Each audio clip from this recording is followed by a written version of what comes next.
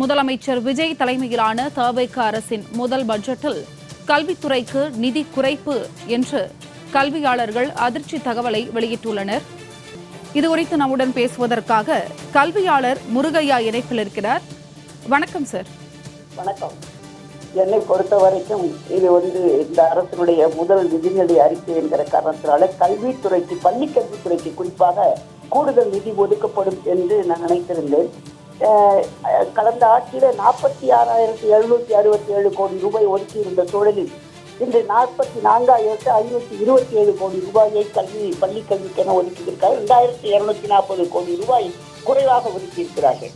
ஆகவே கல்வியாளர்களை பொறுத்தவரை உள்நாட்டு உற்பத்தியிலே 6 விழுக்காடு ஒதுக்க வேண்டும் என்று சொல்லிக் கொண்டிருந்த போது இப்படி கல்வி நிதியை 2 கோடிக்கு மேல குறைத்து ஒதுக்கி இருப்பது ஒரு வருந்தத்தக்க செயலாகும். அதோடு மட்டுமல்ல, இந்த கல்வித்துறை நிதிநிலை அறிக்கையை பார்க்கிற போது நிறைய எதிர்பார்த்தோம். இப்ப இந்த டெட் தேர்வில் தகுதியானவர்கள், தேர்ச்சி பெற்றவர்கள் கடந்த 10 ஆண்டு காலமாக பணி இல்லாமல் இருக்கிறார்கள். அவர்களுக்கெல்லாம் பணி வாய்ப்பு வழங்குவதற்கான ஒரு அறிவிப்பு இருக்கும் என்று எதிர்பார்த்தோம். அது இல்லை. அதே மாதிரி இடைநிலை ஆசிரியருடைய ஊதிய விகிதத்துல ஒரு பெரிய மாறுபாடு இருப்பதை சுட்டிக்காட்டி அவர்கள் தொடர்ந்து போராட்டம் நடத்தி கொண்டிருக்கிறார்கள். அந்த ஊதிய முரண்பாடு களைவதற்கான அறிவிப்பு இருக்கும்னு நினைச்சோம், அதுவும் இல்லை. அதே போல பகுதி நேர அந்த தொகுப்பூதியம் வாங்கக்கூடிய ஆசிரியர்களுக்கான ஊதியத்தில் எந்த விதமான அறிவிப்பு வரவில்லை.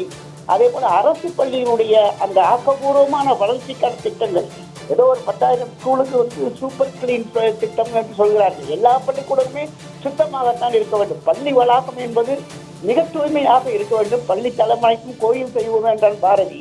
அந்த பள்ளி தூய்மைக்கு, அதுவும் 10,000 பள்ளிகளுக்கு தான் நாங்கள் நிதி ஒதுக்கி இருக்கிறோம் என்று சொல்வது இது ஏற்கத்தக்கதாக கல்வியாளர்கள் நாங்கள் ஏற்றுக்கொள்ளத்தக்கதாக இல்லை என்பதை நாங்கள் சுட்டிக்காட்ட விரும்புகிறோம்.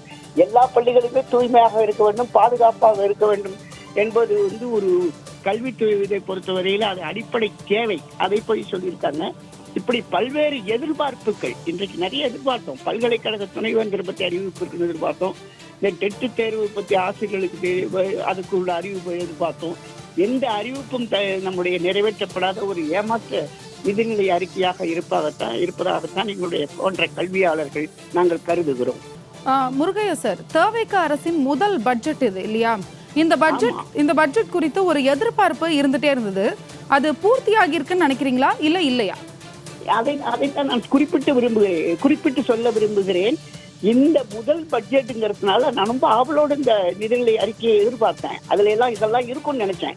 இன்னைக்கு பூதாகரமாக இன்றைக்கு தமிழ்நாட்டை பொறுத்தவரையில பள்ளி கல்வித்துறையில மிக மோசமாக பேசிக் கொண்டிருக்கிற ஒரு சூழ்நிலை என்னன்னு கேட்டீங்கன்னா, இன்றைக்கு பல ஆசிரியர் பணிகளுக்கான இடம் காலியாக இருக்கிறது.